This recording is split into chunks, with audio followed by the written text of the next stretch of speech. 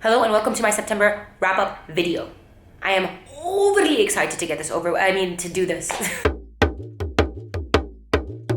The first book in this topic of discussion is Flowers for Algernon by Daniel Keyes. Easily, I give it a 5 out of 5.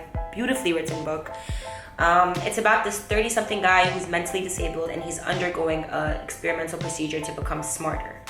And we follow his progression via his first-person progress reports, and this is why I ultimately love this book, is because it starts out with him misspelling things, it's incomprehensible, and we just watch his progression throughout. But with this newfound intellect, the guy grows weary.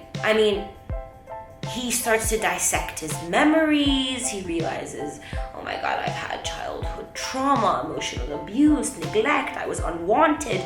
People weren't really laughing with me. They were laughing at me, and dun, dun, dun, dun, dun. So he did the procedure to feel less isolated. He becomes smart, then he becomes extremely smart, and now he's even more isolated, and he can't stand humanity because he sees it for what it is. And then he starts to deteriorate. His intellect is deteriorating.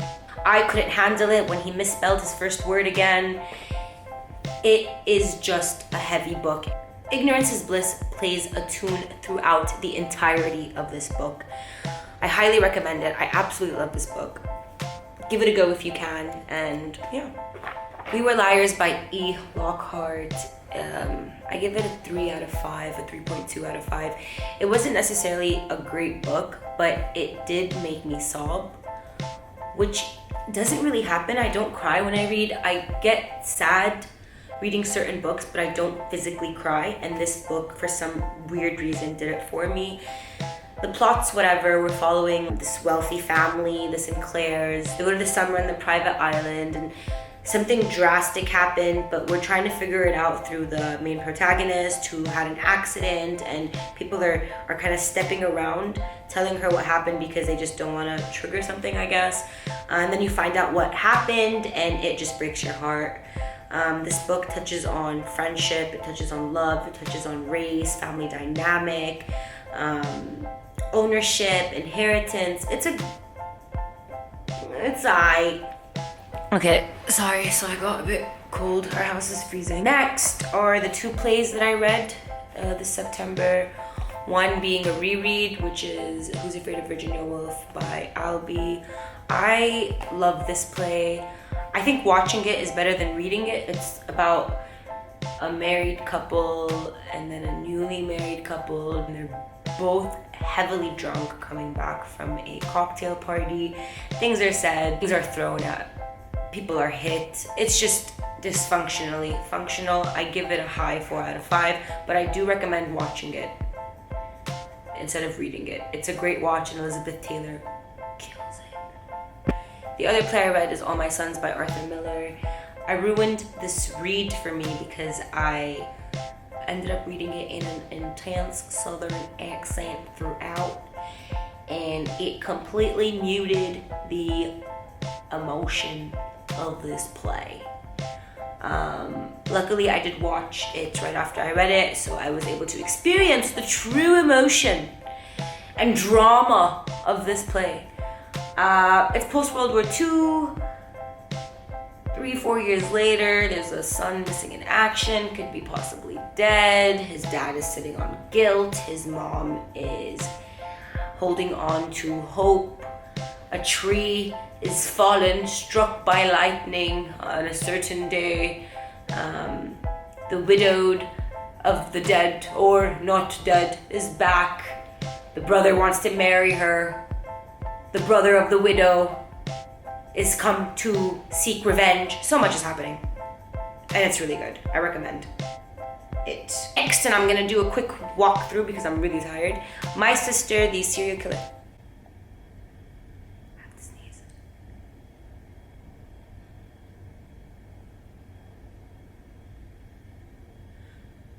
Okay, it's gone.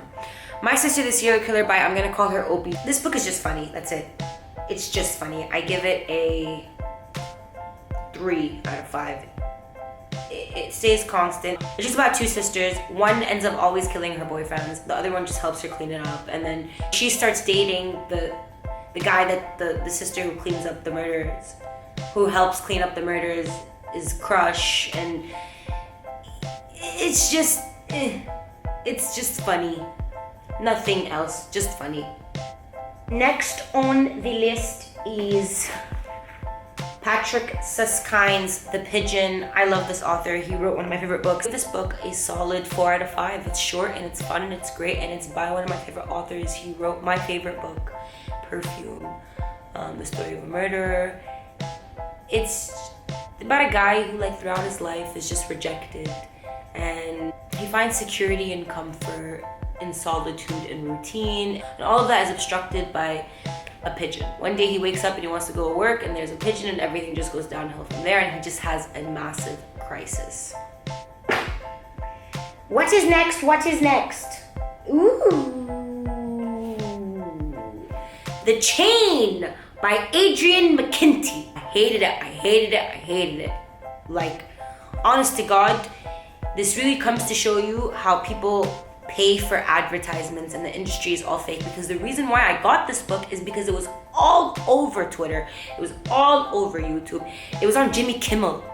Yani everybody was talking about this book. I picked it up because أنا ما عندي شخصية, and it was horrible, a horrible read. It's one of the horror movies that you watch and you're like, I wouldn't have done that. And the ending was way too dramatic, so much action. Basically, it's like there's like 3 rules to the chain. Your kid gets kidnapped, you have to get money, kidnap another kid, do I don't know what, and if you like fail between it, your kid gets killed, and it just goes back and it goes forward, and you can't ask for help, and you can't. Stupid book, 0 out of 5. McKinty. Okay, so The Secret History by Donna Tartt. Dano is a great author. And this book is beautifully written. I'll give it a solid 2 out of 5. I just... Madri. I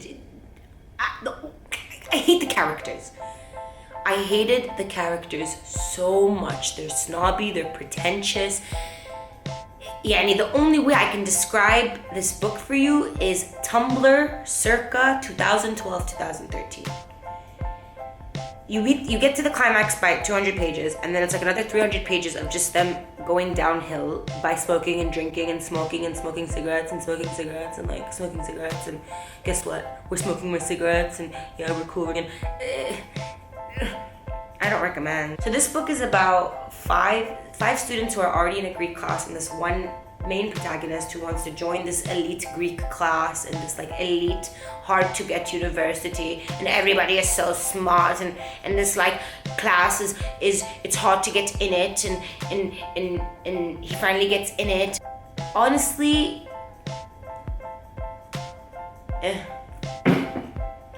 Now, last but not least, my favorite book, the uncensored version of The Picture of Dorian Gray by Oscar Wilde. I had already read The Picture of Dorian Gray, but the uncensored version is just an extended version. It's like basically a rough draft. I thought it was, because of the word uncensored, I thought it was going to be like frisky, misky, but it was not at all. It's about a guy called Dorian Gray who's gorgeous, he's youthful, he's beautiful, he's on his way to the artist's house, Basil, who's gonna paint a portrait of him to kind of capture and express his love towards Dorian Gray and Dorian Gray's beauty. And there's a guy there called Lord Henry who's like sitting there smoking a cigar, just doesn't really care about people, lives selfishly, and he ends up influencing Dorian Gray to also live very selfishly. He explains to him like beauty doesn't last, and like you should use it to your advantage. And after the painting is done, Basil gives it to Dorian. Dorian takes it, and Basil was worried already about Lord Henry having any influence on Dorian Gray, and worried he was right.